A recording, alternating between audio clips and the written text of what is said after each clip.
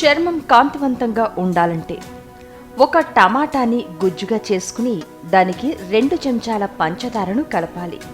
ఆ మిశ్రమాన్ని ముఖానికి రాసుకుని మృదువుగా మర్దన చేస్తే చర్మం మృత కణాలు తొలగి మృదువుగా కనిపిస్తుంది. తగిన ఆక్సిజన్ అంది ముడతలు పడకుండా కాపాడుతుంది.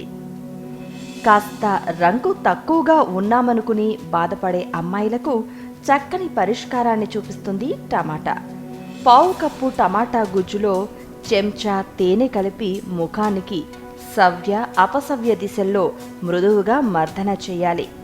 ఆపై ఒక టమాటాని మెత్తగా చేసి దానికి ఒక గుడ్డులోని తెల్లసొన కలిపి బాగా గిలక్కొట్టాలి.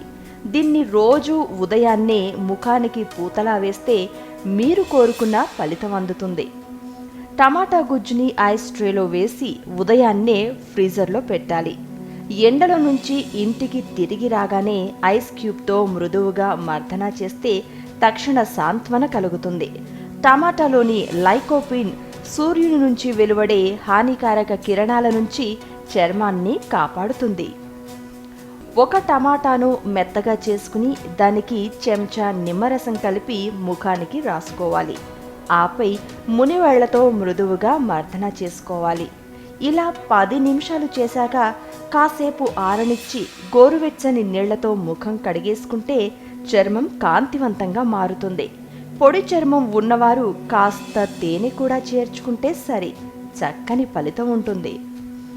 టమాటా గుజ్జు, కమలాఫలం, కీరాదోస రసాన్ని సమాన పరిమాణంలో తీసుకుని బాగా కలిపి రాత్రిపూట రాసుకుని అరగంట ఆరనిచ్చి కడిగేసుకోవాలి.